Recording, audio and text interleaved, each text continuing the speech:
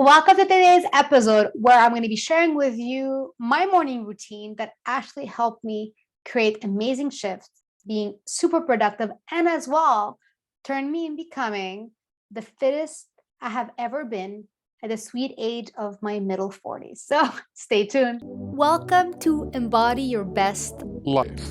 Let's talk morning routine. Now, I am not here to brainwash you thinking you have to wake up at like 4 a.m. or 5 a.m. to get all this stuff done. But I really want to give you some tips and tricks to help you have a more productive day, because when you bring a productive and energizing morning, it actually sets your day to success. And as well, make sure you listen to my last episode where I talked about the one thing I always do the night before to make sure I even have a more productive day the next day. So I'll give you kind of like certain tips and tricks, and I'll share with you as well what I do in a morning routine that has helped me, and that can actually vary from day to day. However, the key core components are going to be, am I nourishing your body, your mind, and your soul? There's always like three parts to very often what the morning routine is. So these can go in different orders, exactly how you enjoy it. So number one, as I said, you don't have to wake up at 4 a.m. or 5 a.m. to start your morning routine. However, if you're able to see that you want to integrate certain habits every single morning, you might need to adjust a little bit to see what time you have to wake up. For example, for me, I need to wake up at around 6 o'clock to make sure I can get most of my stuff done before the dogs wake up and having to walk them and feed them and then go on with my day. So it's always important to kind of test different patterns, different routines, different habits for you to have a productive morning and play around with it. Some of them might take 15 minutes when you're rushed for time. Other times when you have an hour, take that time to integrate it. So it's always going to be very, very different. And I'll share with you different tricks. So we have body, mind, and soul. So the mind, let's start with that one. When you look at the mind, nourishing the mind and nourishing the soul, those very often they come in hand. This is where a lot of people enjoy journaling. Journaling, brain dump everything that's happening in your mind. Writing, for example, like a letter of your future self, the things you're grateful for, like I'm grateful and excited, the things that you want to create in your life, gratefulness of what you exactly have right now in your day-to-day. So you see, it's really like a brain dump. You can write your vision as if it's happening in the current state, or even being grateful for what you have in the right here and right now. And what that creates actually helps you create a positive state first thing that you wake up. So even though you slept, and we think we're starting from scratch, depending how we wake up or even how we slept, we might actually wake up with something from the day before, or maybe we dreamt about something that's kind of making us a bit stressed.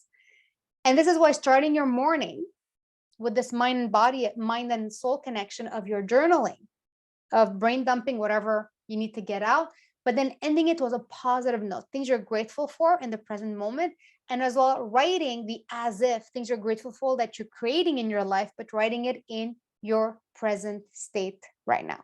And ending your journaling always with gratefulness is a key component to making sure that you end that journaling routine in a positive note. Second thing I recommend as well for your mind and your soul is reading. More in terms of inspirational readings that can be sometimes of a teaching reading and not like training reading, not like a textbook, for example, or a training that you purchase that you're going through in the morning. You want to make sure that you're setting your brain in an optimistic, positive way. And these could be motivational videos. If you like that on YouTube, it can be motivational, inspirational book. For example, there's so many books that I read and I reread in the morning because I feel like it kind of sets my mind in a different kind of pattern, help me set my day in the path that I'm trying to create and embody in my day-to-day. So again, that could be as well podcasts that you like to listen to that help you kind of step into a greater level of yourself, into your highest self. And this is going to be something important for your mind and your soul connection. Number three that we also want to tackle in is your body. Yeah, because writing a journaling, listening to videos, we're kind of in this inactive state. And it's okay. We want to kind of create this flow with your mind and your soul. However, getting your body moving and nourished is going to be another key component of a morning routine. And that's why let it be walking, let it be doing cardio, let it be doing yoga. That's going to be something in the physical aspect of your body to get your body moving after you have slept all night long. to get the flow going, to get the ideas going, to get the health going. But also with that, when you look in terms of the body, we look at nourishment at the same time, feeding your body. Now, coffee is not food. Having coffee is not nourishing your body. Here we're talking about having maybe a small snack in the morning or having a breakfast, depending where your appetite is, but making sure that you're feeding your body to tell it we're starting our day. It wakes up your metabolism. It feeds your brain. Your brain needs sugar to focus and actually sets you up for your day. So when you look at a morning routine, I give you very different things to kind of integrate. And our ideal is, can I add something that will tackle the mind, body, soul? So it can be journaling for 10 minutes. It can be reading a chapter for 10 minutes. And it can be doing a yoga for 10 minutes. And then sitting down, grabbing your breakfast and your snack, and you're good to go. So it doesn't have to be something that takes like an hour or 2 hours, unless you want to bring a longer fitness routine. But it can be giving yourself that time and understanding what is the ideal for you. For me, for example, I do my journaling for 15 minutes. I give myself 30 minutes to read a chapter in one of my books. And then I give myself 30 minutes to get my body moving. And then 15 minutes for breakfast. So all in all, that usually takes an hour and a half, if I can say that. But that also can change. Sometimes I'm not able to do my exercise because I'm going to walk my dog for 30 minutes. And then what you can do, you can combine things. So you can do your walking as you're listening to your motivational podcast or your videos. That is also something that's very, very realistic. The only thing that we cannot do together is the food part. It is strongly recommended that when you eat, you eat. If you listen to some motivational videos, no problem. But when you're eating, you really make sure that you take that time to nourish your body, really enjoying it. But as you're walking, listening to videos, very, very easy to combine. So that's when we look in terms of morning routines. They're going to be like very like confusing, so many things that you need to do, but keep it simple. Keep it simple and see what brings you joy. And that what helps you nourish your body, mind, and soul. So again, we have the mind and the soul that connects the journaling, the gratefulness, and as well those motivational reading, motivational videos, whatever speaks to you. And we look in terms of the body, we're looking at physical movement, and we're also looking at nourishment, which is food related. And if you're able to every single morning, bringing something to tackle those three things, the mind, body, and soul, and give yourself, yes, 30 to 40 minutes, or even up to 2 hours certain days if you have the time, creating that flexibility that you can have that flow. But also making sure, that's what we talked about the episode that I talked before about your night routine, is that when you look at what your day is, you can actually plan what time you have to wake up to create the flow of your morning routine, and seeing, okay, maybe today will be a shorter one, or today is going to be tomorrow's going to be a shorter one, tomorrow's going to be a bigger one. You can kind of play around with it depending on your days, but creating a core consistency of at least hitting a little bit of all the three every single morning. Doesn't have to take more than half an hour. Some you can combine them even together. And that's going to help you set your day straight. And here's the thing. Why do we do morning routines?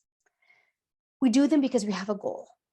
We do them because we have a mission. We do them because it makes us feel better to start our day. It actually helps us be more productive. It actually puts us in a better mood to start our day. It's actually better for your heart health, for your body health, for your mental health. It's good for so many things. Because very often when you wake up in the morning, you kind of go on autopilot. You do the same thing you've been doing every single morning. And then there's a dread that happens because you're like, oh, nothing's changing in my life. It's always the same thing. Well, yeah, it's always the same thing because you keep doing the same thing. But in the morning, you kind of shift your morning routine in an inspirational, energizing, and nourishing type of routine. It really sets your day apart. It sets you for success. So make sure you listen to the last episode when I talked about the night routine, certain things to help you to have a more productive morning. But a morning routine is going to be so crucial as well, because the way that you start your day actually dictates your day. And all the people that are like ambitious and driven and successful, they don't wake up and just do. They know what they have to do. They set their calendar to it. They do things that are realistic for the long term. But yeah, sometimes they might do certain things that they don't feel like doing. Like, for example, I don't feel like working out every day. I really don't. But guess what? I know I created a system that my body needs it every single day to bring movement. And then I choose. Will I do yoga today? Would I do upper body? Would I do lower body? Will I do cardio? Will I do spinning? Will I just walk my dog longer today? I choose, but I know no matter what, I am always moving my body. But how I move my body is always something that is within my mood that day.